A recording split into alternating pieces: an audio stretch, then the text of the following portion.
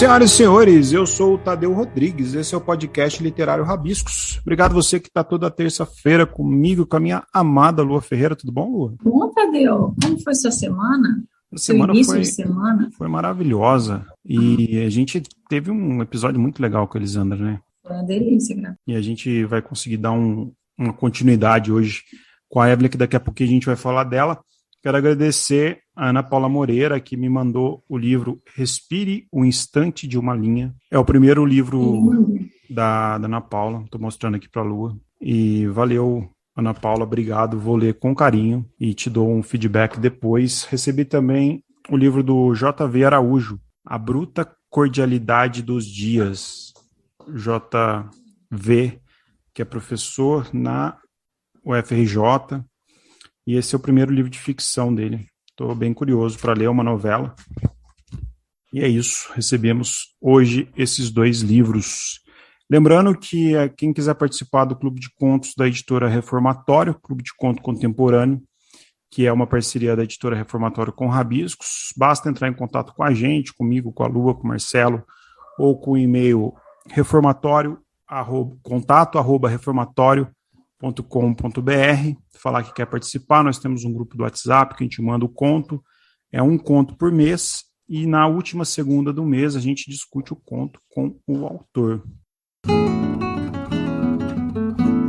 Antes da gente dar seguimento, eu quero pedir para a gente ouvir aqui o Adonai, que é o curador da primeira mostra Identidades na Literatura, que acontece em Ribeirão Preto, e ele tem um convite para nós aqui do Rabiscos. Olá a todos os ouvintes do podcast Rabiscos. Meu nome é Adonai e, como curador, estou aqui para convidar todos os apreciadores da cultura brasileira a participarem da primeira mostra Identidades na Literatura. É um projeto realizado na Biblioteca Sinhá Junqueira, aqui em Ribeirão Preto, com recursos do edital PROAC Expresso da Secretaria Estadual de Cultura e Economia Criativa do Governo do Estado de São Paulo. Nesta edição, que começou agora em março e vai até junho, convidamos 4 escritoras para promover a discussão sobre a construção das identidades a partir das suas vivências e das obras relacionadas à cultura LGBTQIA+. As escritoras são Amara Moira, Eliana Alves Cruz, Cidinha da Silva e Natália Borges Polesso. Em cada mês, iremos estudar e debater as obras por meio de rodas de conversa e as oficinas de escrita. Então fica aqui o convite ao público de Ribeirão Preto e região e a todos que estiverem de passagem, ou quiserem conhecer a nossa cidade. A Mostra Identidades na Literatura é totalmente gratuita, mas as vagas para os encontros com as escritoras são limitadas. Então, para mais informações, acesse o site da biblioteca, é bsj.org.br. Eu espero por todos vocês, tá bom? Obrigado. É isso, então. Valeu, Adonai. E aí o pessoal, então, fica ligado na primeira mostra Identidades na Literatura de Ribeirão Preto. É isso, vamos dar sequência. É isso, esqueci de alguma coisa, Lu? Acho que não, né? Não, acho que foi bonitinho. A gente gravou de manhã, né? Acho que o último programa. Agora estamos gravando à noite, que eu estou tomando a minha cerveja e você está tomando a sua água. Água, eu tô muito limpinha essa semana. Muito regrada. Tá muito regrada, muito na linha. Lua, faça as honras da casa, apresente nossa convidada. A gente está recebendo aqui uma querida que é natural de Santo Amaro, Bahia, é mestre em estudos étnicos e africanos pela Universidade Federal da Bahia, bacharel em cinema e audiovisual pela Universidade Federal do Recôncavo Baiano e cofundadora do Lendo Mulheres Negras, Evelyn Sacramento. Falei tudo direitinho, Evelyn? Boa noite. Boa noite. Boa noite, Lu. Boa noite, Tadeu. É um prazer estar aqui com vocês para bater um papo, sobre a literatura e sobre o meu livro, Menina Nicinha, que é uma alegria, ter lançado este livro, esse projeto, que é um projeto de livro infantil. E eu estreio na literatura, falando com crianças, e é algo bem importante e emblemático, assim, para mim. Muito legal, a gente vai falar do livro, a gente quer falar sobre várias coisas aqui também. O livro, então, Menina Nicinha, adorei esse nome, que tem ilustração de Bárbara Quintino. Legal, né?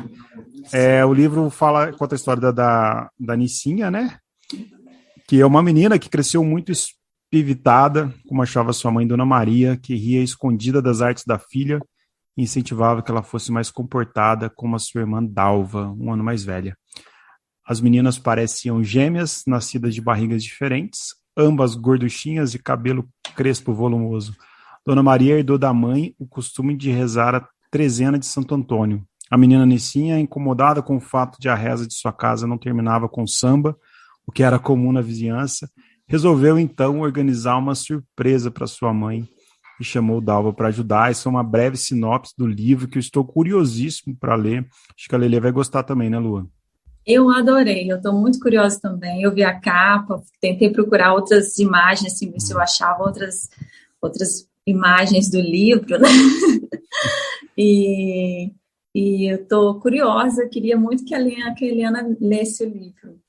Evelyn, vamos começar então falando do Menina Nicinha. Você, a personagem, a Nicinha, né, a personagem principal do livro, ela, assim como você, é de Santo Amaro e do bairro dos Humildes, né, no Recôncavo Baiano. O que mais que a menina Nicinha herdou da menina Evelyn? Eu sempre falo isso, né? É interessante você falar menina Evelyn, porque eu sempre falo que o livro foi escrito para a menina Evelyn, né? Fazer o encontro entre essas meninas do Recôncavo, né? Desse território que, para mim, é de extrema importância. Eu sempre falo que eu sou do Recôncavo da Bahia, que eu sou de Santo Amaro. Porque aqui é do lugar onde eu expresso, né? Onde eu falo, onde eu coloco a minha voz no mundo. Então, é muito cá esse lugar. Que eu sou a menina do interior, que assim como a menina Nicinha, viveu, né? Experimentou brincar na rua, vive a feira, vive as pessoas, né? Então, estou sempre em contato com essa cultura, esses aspectos culturais que são traços do Recôncavo, assim como a menina Nicinha. Então, nós além dessas questões que eu quis frisar, né, de pensar uma imagem de uma menina gordinha, do cabelo volumoso, de uma menina negra, é muito pensando também nessas minhas referências enquanto ser, né, enquanto estar, e também pensar nas minhas referências de local, né. Trazendo um pouco da menina Evelyn, que você falou da menina Nicinha, e você hoje tem aí uma história acadêmica, tem uma história de luta de frente. Quando que você se deu conta de que você, por ser uma mulher negra, teve uma causa, apenas por ser uma mulher negra, já nasce com essa revolução dentro de si para poder dar um grito, ou para poder se posicionar, ou para poder, às vezes, não conseguir ficar quieta e sofrer isso, assim, como que foi?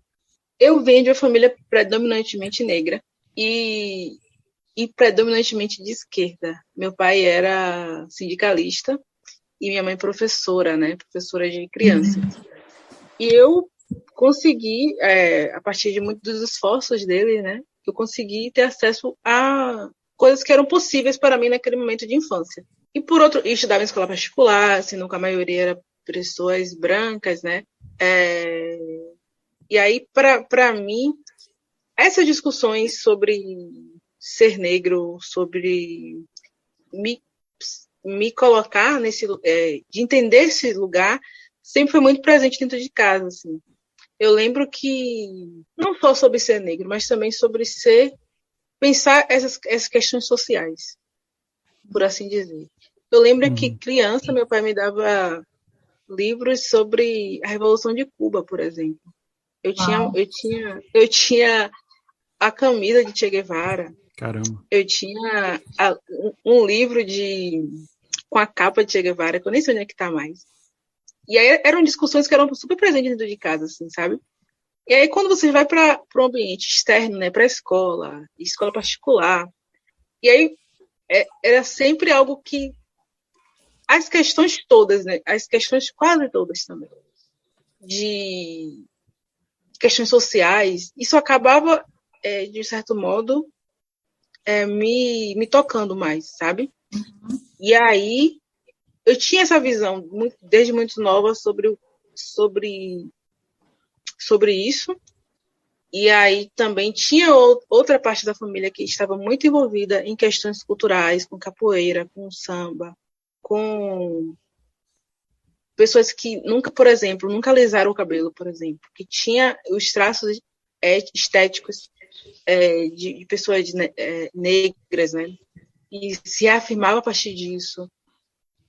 Eu tinha essas referências. E aí, por outro lado, algo que eu sempre ouvi dos meus pais, que era que eu sempre teria que ser 2 vezes melhor do que os outros, ou não sei quantas vezes melhor que os outros, pela minha condição, tipo, de ser uma menina negra, de ser do interior e ser pobre, né?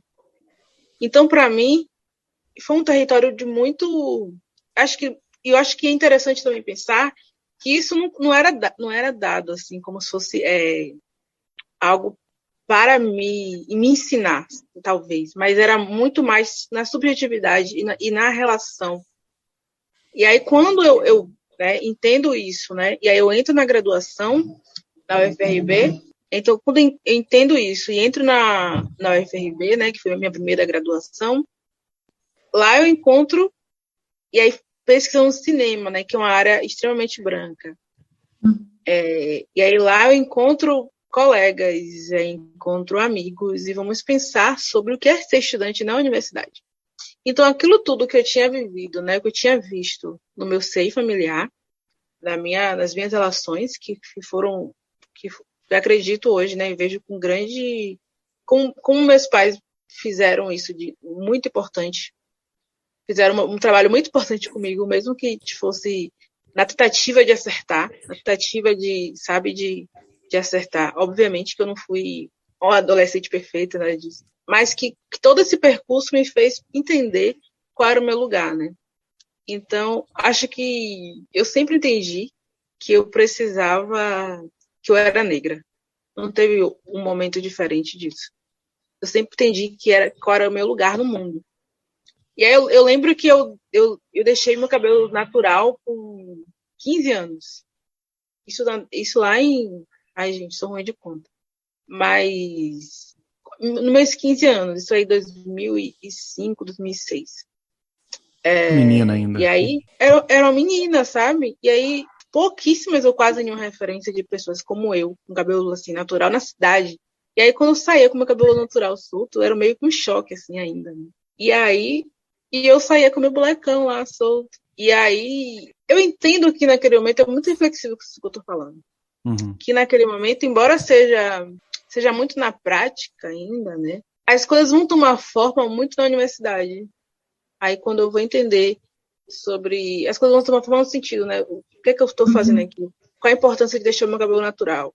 Qual a importância de assistir tais filmes? Qual a importância de ver, de ler tais livros? De pesquisar tais coisas? Eu acho que isso vai tomando muito forma na graduação, mais ou menos isso. E quando você fala desse reconhecimento, desse privilégio de ter uma família politizada também, né? Eu me identifico com você nisso, que meus pais também são pessoas muito politizadas e desde pequeno fui estimulado a ter um pensamento crítico, só que, claro, totalmente uma outra posição, né? Eu como branco, um homem, enfim. E você vai para academia, né? O que eu acho legal disso que você está falando, porque você está falando numa história absurdamente recente, né? Você está falando 2005, chocava eu sair com meu cabelo e tal. Na academia, você fez cinema e audiovisual, né?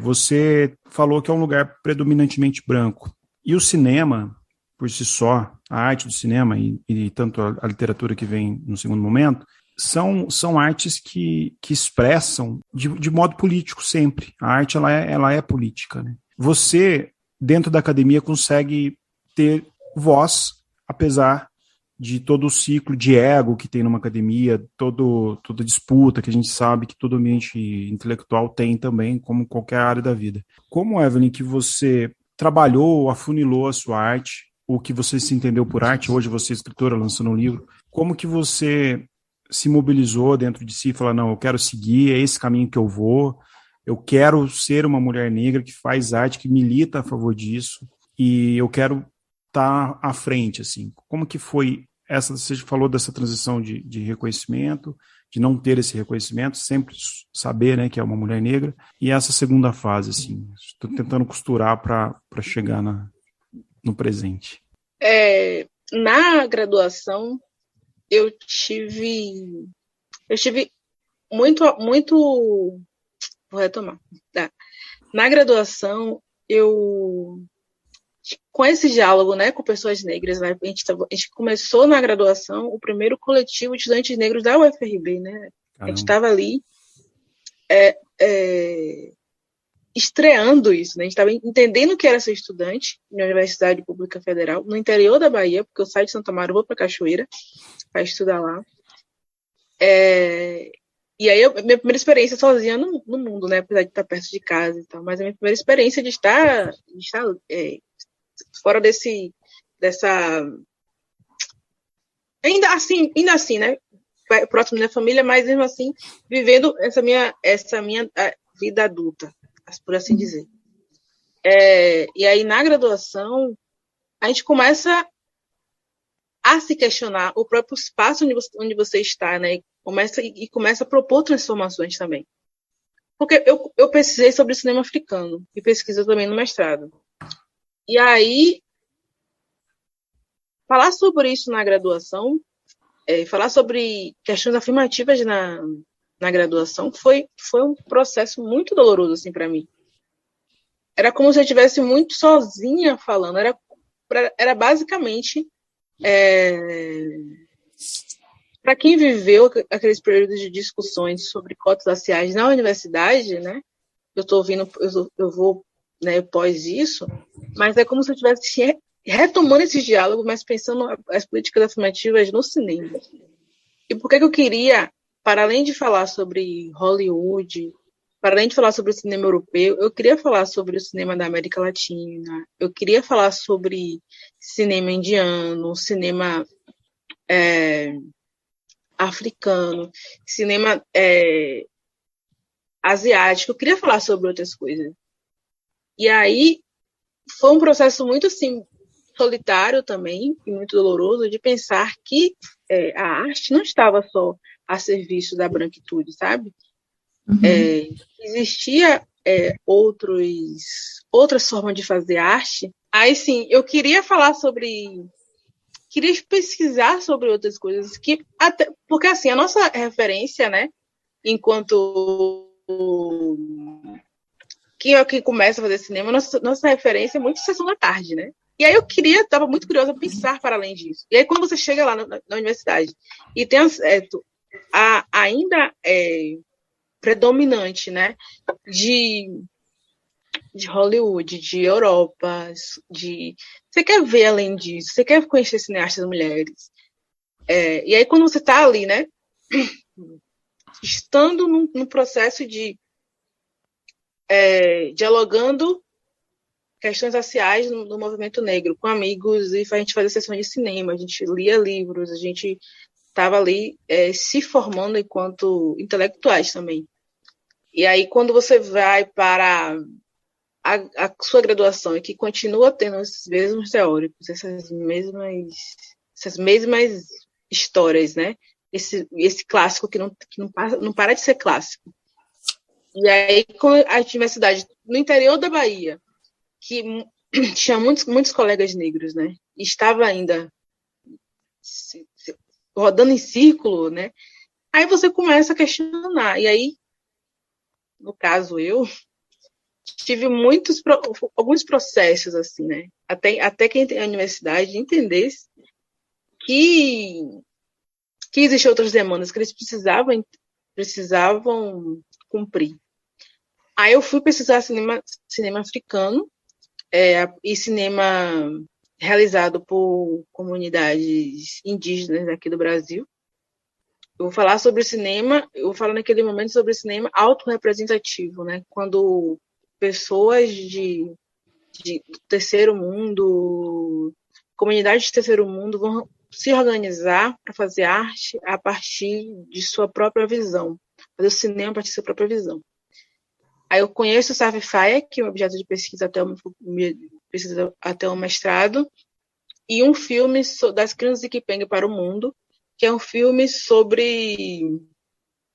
do projeto Vida nas Aldeias. É algo lindo, que a partir de uma disciplina, de uma professora, eu fui ter acesso a isso. Mas, assim, eu lembro que eu precisei cavar muito para encontrar isso, sabe? Tipo, se foi um interesse muito pessoal encontrar Safi Faye. Eu lembro que a minha professora me deu vários DVDs, ainda era DVD, DVD de verdade. Uhum. E aí falou assim, veja aí, escolha aí o que você quer. Tipo assim, escolha aí. Aí eu fiz cópias, e aí eu li, eu assisti e fiquei, sabe quando você encontra assim, é isso que eu quero pesquisar, é isso que eu quero fazer. E aí foi algo que me tomou assim, muito profundamente, e aí eu fiz a minha monografia, né, meu TCC na época, depois fiz a minha dissertação falando sobre Safi Faye. E até hoje, até nesse instante que eu estava escrevendo sobre ela, né? Olha sobre a só. importância de falar sobre essa cineasta. E aí, assim, eu sempre falo que as minhas questões, pensar a política, né? Pensar as questões raciais, e pensar a academia, e pensar a arte, são coisas que estão completamente ligadas. Assim, não consigo separar hoje uma coisa de outra. Isso está para além de mim, até, inclusive. Dentro dessa riqueza toda que é o cinema africano, que acredito eu, né? A gente não ouve falar em nenhum momento de filmes africanos ou da estrutura africana de contar filme. Por que você acha que é único exclusivamente a americanização de tudo isso, a europeização de tudo isso? Falta o quê, assim, para a gente conseguir ter acesso a isso? Hoje, a gente, a partir de muito caminhar, hoje a gente consegue, por exemplo, assistir cinema africano na Netflix, por exemplo. A gente consegue, e aí o cinema embora seja um dos mais recentes, né, da história, é um cinema que conseguiu se organizar e conseguiu pautar a distribuição. Algo que é muito importante, assim. Inclusive para a gente, nós brasileiros também, chega um momento de entendermos isso, né? E apesar de nossas políticas, né, governamentais entenderem também como esse processo tem que ser dado. Mas, de fato, a gente tem, nós, né, enquanto comunidades, e a gente estamos muito orientados, a gente vive nessa falsa democracia racial, né, de que somos todos iguais, né, de que... E quando a gente fala sobre questões raciais, é algo muitas vezes questionado, né? E aí quando você vai pautar isso na arte, é como se fosse algo menor. Mas talvez a gente também tem que entender que talvez a gente não vai encontrar isso com toda facilidade, mas que existem muitas coisas acontecendo, sabe? Muitas coisas feitas a partir de modo independente. Esse aqui é um espaço independente, sabe? O Lendo Mulheres Negras é um espaço independente. E aí tem festivais de cinema negro, tem festivais de cinema africano acontecendo no Brasil. E faz uma curadoria de filmes extremamente importantes e bonitos. A Safi Faye é viva ainda, né? A Safi Faye, não. A Safi Faye é viva. É viva ainda, né? Mas ela não produz já tem muitos anos. O último filme dela foi em 96, que foi gravado em 92, mais ou menos. Muito tempo. Alguns anos antes. Mas, assim, existem coisas acontecendo, só que é de modo muito independente. Eu não sei se... E aí nós, né, enquanto artistas, a gente vê o processo artístico do Brasil muito atrelado a questões de editais, por exemplo. Aí hoje a gente passa por um processo de questionar sobre a Lei Rouanet, questionar sobre políticas afirmativas para a arte. Tudo isso é como se estivesse vivendo vários retrocessos. Só que é importante a gente pontuar também que existe muitos percursos, muitos processos, muitos empreendimentos feitos por pessoas negras que estão acontecendo, independente de governo, independente de de estruturas maiores. Acho que está faltando exatamente a oportunidade, né, de que eles sejam vistos e que... Só que eu vejo com bons olhos, sabe, quando eu vejo assim, e eu fico muito feliz. Por exemplo, quando eu vejo uma seleção imensa de filmes de africanos na Netflix, de africanos de vários países, sabe? Não só da Nigéria, né, que são filmes mais fortes, né? Que é com a indústria mais forte lá. Eu acho que eu vi Mossani também tava, se eu não me engano. Tava na Netflix, se eu não me engano. Acho que não estava. Ah, É o último filme dela. É o último filme? Então, não tá na Netflix, eu vi em filme. algum lugar esse filme, recentemente. Ele normalmente... Porque, assim, os filmes de Saf, eles são filmes que foram... Ela fala em entrevistas. Gente, tá muito, muito na minha mente isso, porque eu escrevi no artigo. Eu tô achando ótimo, tô aprendendo pra caramba. É verdade. Eu tô escrevendo um artigo sobre ela. Uhum. E aí tá muito na minha mente. Mas, assim, ela Eu gosto muito desse filme, só pra pontuar. Ai, cortou. Eu gosto muito desse filme, só pra pontuar. É lindo, é lindo. A fotografia é alemã, é uma coisa assim bem, sensacional. bem interessante. É. Mas o fato dela ter o reconhecimento hoje é interessante, mas ela passou por muito tempo na invisibilidade, né?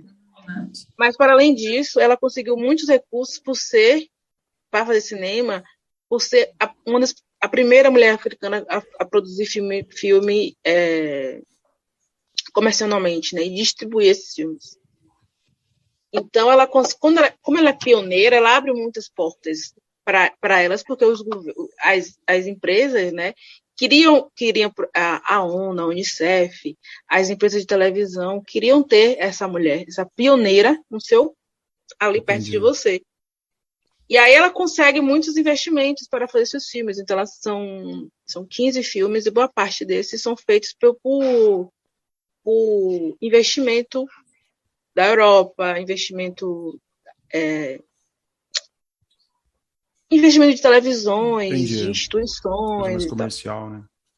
É uma coisa mais comercial. E aí pode ser que o filme dela esteja Mossani e Cadu BK, que é traduzido para o Brasil como Carta Camponesa. Carta Camponesa. São os filmes mais conhecidos mais dela. Antigo, né? O Carta Camponesa é a década de 70? Carta Camponesa é o seu 72. 72, né? E 75, porque ela começa em 72, 75 a filmar.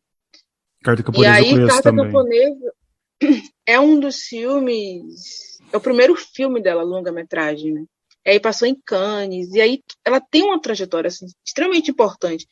Infelizmente, a gente passou muitos anos assim na invisibilidade, mas acho que com as pesquisas atuais, né, essas necessidades e esse interesse de novos pesquisadores estarem colocando o nome dela em pauta, tá fazendo com que o cinema dela seja hoje reconhecido. Eu fiz a minha dissertação e eu não tinha muitas referências sobre ela em português. Eu tive que pesquisar muito, até em inglês, né? Até para encontrar isso em outras universidades fora do Brasil. E aí, recentemente, eu recebi um e-mail de uma aluna também querendo pesquisar sobre ela, fazer uma dissertação, uma monografia sobre ela. Eu achei isso sensacional, assim, de ver pessoas que estão ali, de fato, pesquisando sobre a primeira mulher. Ela não é a primeira a fazer um filme, mas é a primeira mulher a fazer uma longa-metragem, a pensar em distribuição, a estar vivendo disso, né? Vivendo de cinema. Isso é fantástico, assim. E aí, infelizmente, várias questões fizeram com que Mossani seja seu último filme. Mas eu vi notícias recentes que ela estava querendo produzir outro. Se deixar, eu falo de Saf por muito tempo, gente. Eu vou deixar aqui, o pessoal que não conhece, eu vou deixar o link. A gente está adorando. Eu tô adorando aprender mais. Eu vou deixar o link para quem quer conhecer da Saf aqui na descrição, né, Lua? O pessoal que quiser conhecer a Safify, eu deixo aqui embaixo o linkzinho também. Pode falar, Lua, desculpa. Agora sim, a gente sabe que a arte ela se conecta nos seus diferentes nichos ali, né? O seu primeiro contato com a arte em si, esse contato mais palpável, foi dentro da academia, foi na academia de cinema ou não? Quando que você porque você é cofundadora do Lendo Mulheres Negras junto a Adriele, né? Quando que Isso. surge essa iniciativa de criar essa, como é que eu posso falar? Mulheres Negras, Esse coletivo. esse coletivo, É um projeto, né? Projeto. Que hoje esse também é projeto, estudo. exatamente. Quando que vem essa iniciativa? E ela vem a partir do momento que você se encontra como leitora ou já como uma escritora. Quando que surge? Em que momento que você dá essa mudança de chave ou não mudança de chave, ou foi uma coisa que estava conectada intrinsecamente à outra? Para o mundo literário, né? Eu acho que eu gosto de pensar que as coisas vão caminhando, porque a vida não é linear, né? A vida não é linear, né? Essa loucura que a gente vai vivendo. E aí eu lembro que eu sempre li muito. Meus pais tinham essa preocupação em me dar livros e revistinhas, não sei o quê. E aí eu não tinha essas referências de menina Nistina na minha vida quando eu era criança. Aí quando eu falo sobre a menina Evelyn, é porque eu queria escrever para essa menina, fazer com que outras meninas Evelyn tenham referências de menina Nissinha como leitura, que goste, se identifique e para além também disso, né, que outras crianças também tenham acesso à imagem, que se você pegar o livro, você vai ver que é uma menina retinta, gordinha, com cabelo cheio. De pensar que o mundo também é plural, né? As pessoas são diferentes. E aí pensar também nisso. E aí, quando eu estava falando sobre Lendo Mulheres Negras, meu primeiro contato com a arte. Mas aí algo que eu gosto de frisar também. Acho que eu sou um pouco repetitiva às vezes. Mas pensar também que eu comecei no cinema, mas o meu primeiro projeto, né, autoral no mundo é um livro. Né? Então a vida também vai fazendo a vida me oportunizou a lançar o livro, eu lancei o livro. Mas também eu quero que um dia eu consiga lançar um filme, sabe? E aí eu consiga viver disso de forma de forma melhor possível, também mais prazerosa possível. Mas aí quando eu começo a minha dissertação, eu começo a pesquisa, entro no mestrado, eu e a Adriana, a gente tem muitas coisas em comum de nossa formação de família e enquanto crianças e adolescentes que cresceram na década de 90. Então a gente tem muito acesso a cinema, a arte, né? De revistas, a livros, mas era algo muito assim, distante, sabe? Muito distante da nossa realidade. Eu era apaixonada por Spice Girl. Eu era Backstreet Boys. Essas eram minhas referências. Durante muito tempo da minha vida. E aí, Harry Potter. E tudo isso era muita referência para mim. E eu acho massa também ter essas referências. E aí, quando eu começo o mestrado, algo que me incomodava bastante, porque a gente queria ter uma literatura, ter uma referências que fossem negras também naquele espaço que a gente estava adentrando. Porque a gente só tinha professores brancos, né? E aí eu estava falando sobre Safi Faye, sobre essa cineasta, Adriele está falando sobre geração do tombamento, e Paula Gabriela estava falando sobre psicologia, racismo e como o racismo afetava a saúde mental de pessoas negras, que o Lendo Mulheres Negras começou com nós três, né? E aí como é que a gente ia falar sobre essas questões que eram tão importantes para nós três, né? E só tendo referências repetitivas e referências de pessoas brancas para falar sobre questões tão pontuais para a gente e para a própria academia.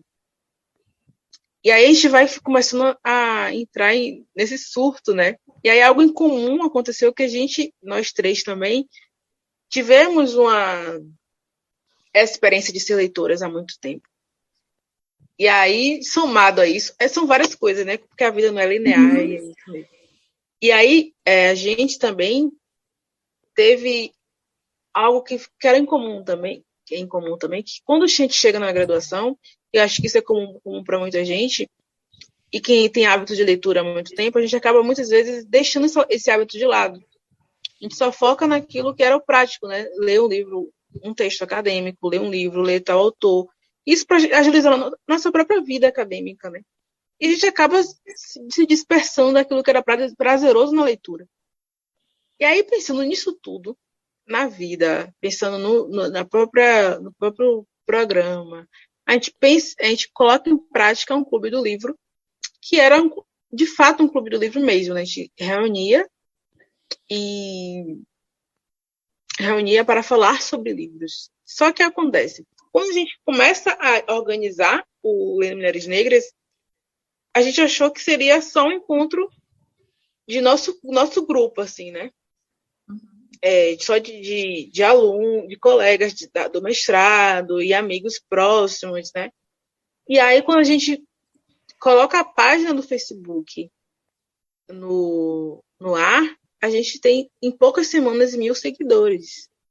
Em poucos dias, 2.000 seguidores. A gente estava contando, assim, que era surreal, assim, tipo, era coisas de 1.000 seguidores por dia que a gente alcançava na página. Isso sem a gente ter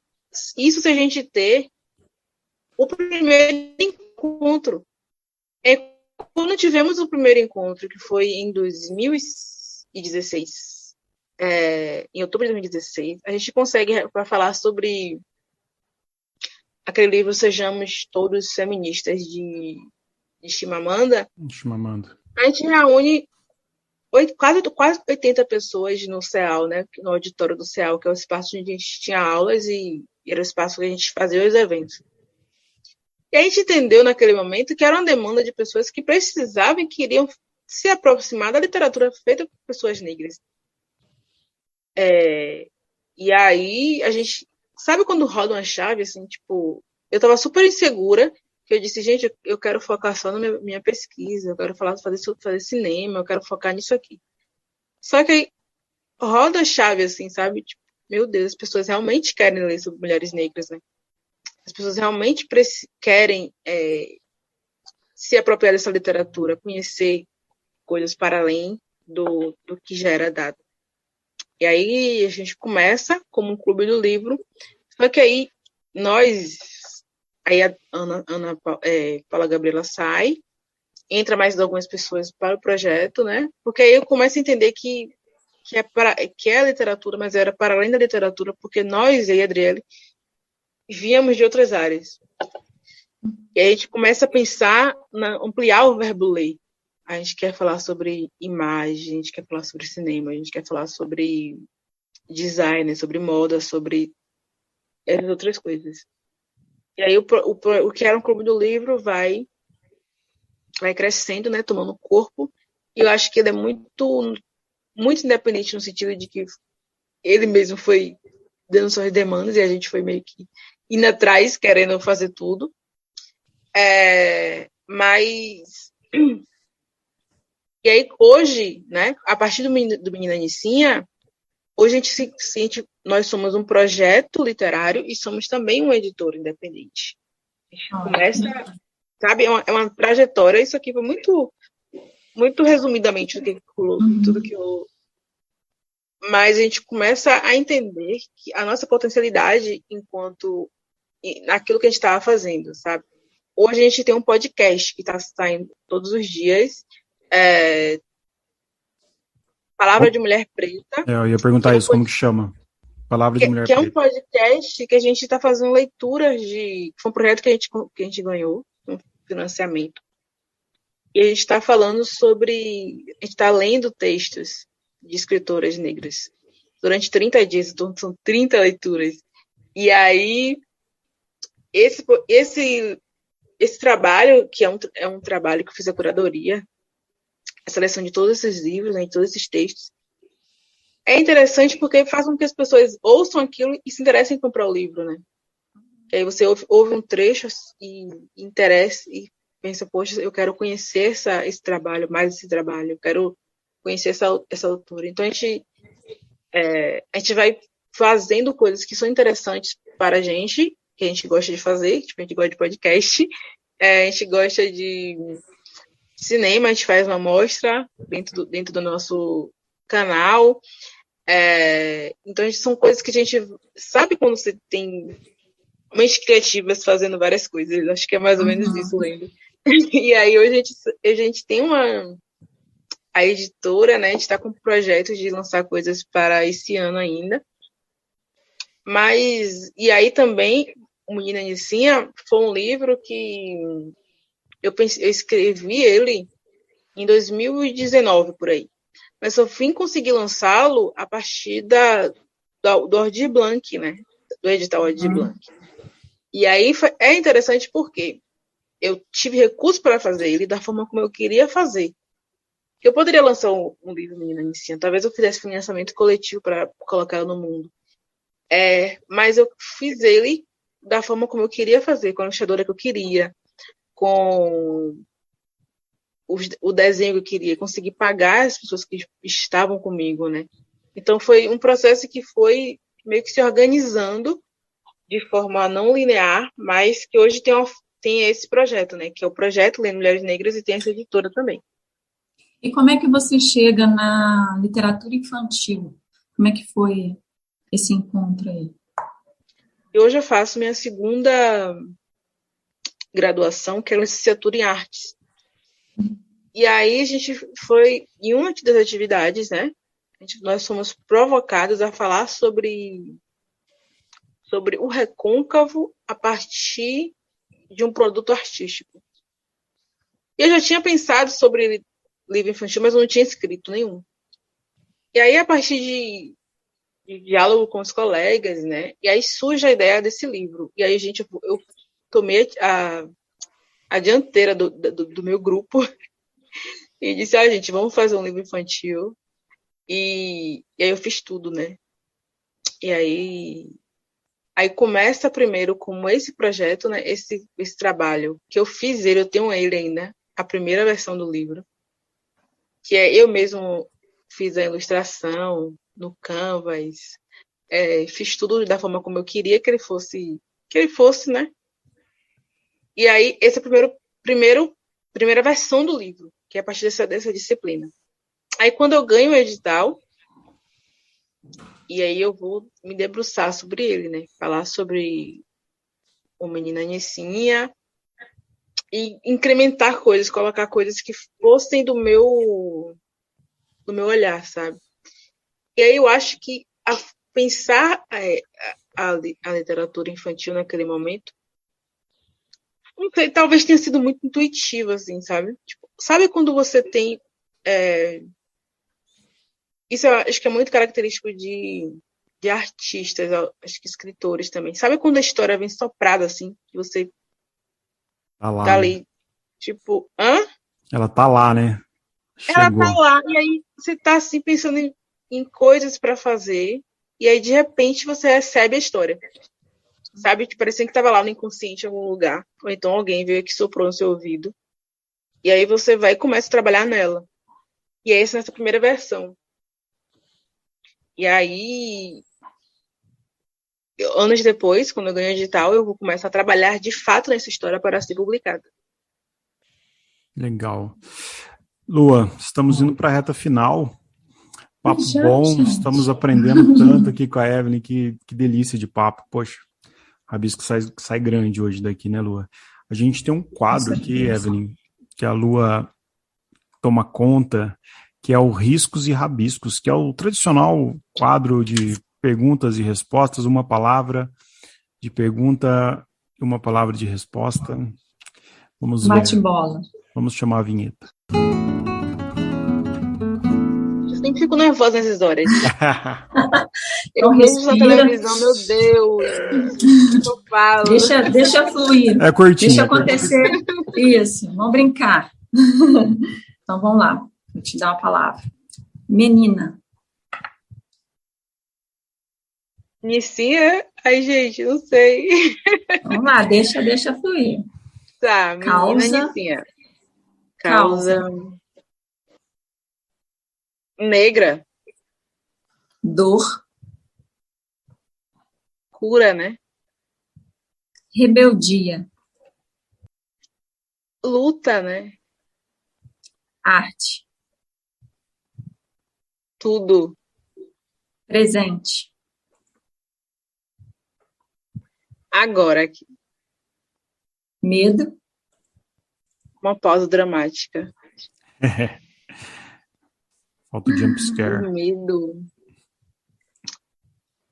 Tô achando que você é uma mulher muito destemida. Não, o medo seria... Não sei se eu conseguiria colocar em uma palavra. Mas eu acho que não conseguir me expressar seria isso, sabe? Fé. Um sentimento. Fé. É isso aí. Obrigado. Você Eu conseguiu. fui meio rebelde, não consegui fazer só em uma palavra. Não, mas foi ótimo. Silêncio, mas... A gente gosta de rebeldia. A gente pede para uma escritora fazer isso, gente, para uma artista. Isso foi ótimo. Evelyn, obrigado. Você gostou do papo? Eu adorei, gente. Obrigado. Adorei. Eu acho que foi muito falar rápido, porque... E falar sobre as coisas que me movem, né? Enquanto pesquisadora, enquanto artista. Isso é muito importante, sabe?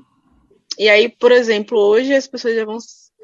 A partir desse podcast, as pessoas vão conhecer Safify, vão conhecer Mossane, Carta Camponesa e Menina Nicinha, né?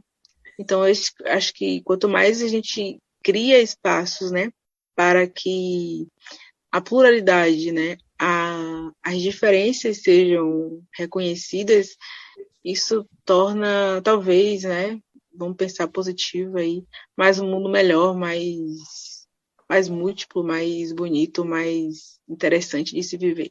É isso. Dá o seu serviço, onde que a gente te encontra, onde que a gente encontra seu livro, como o pessoal descobre seus projetos. Nós somos redes sociais, né? Então a gente... você pode encontrar o livro pelo site www.lendamulheresnegras.com, pelo nosso Instagram, @lendamulheresnegras, ou pelo meu pessoal, Evelyn SS.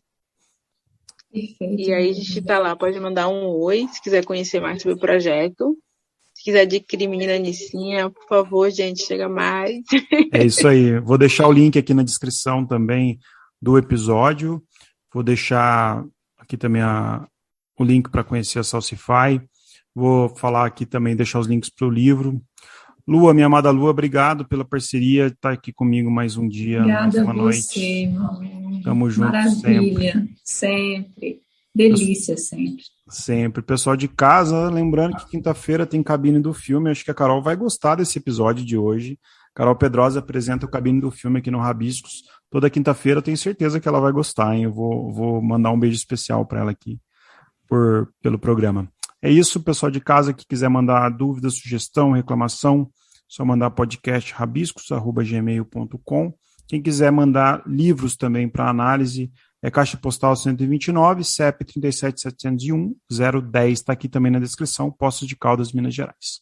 Beijo a todos, bom dia, boa tarde e boa noite.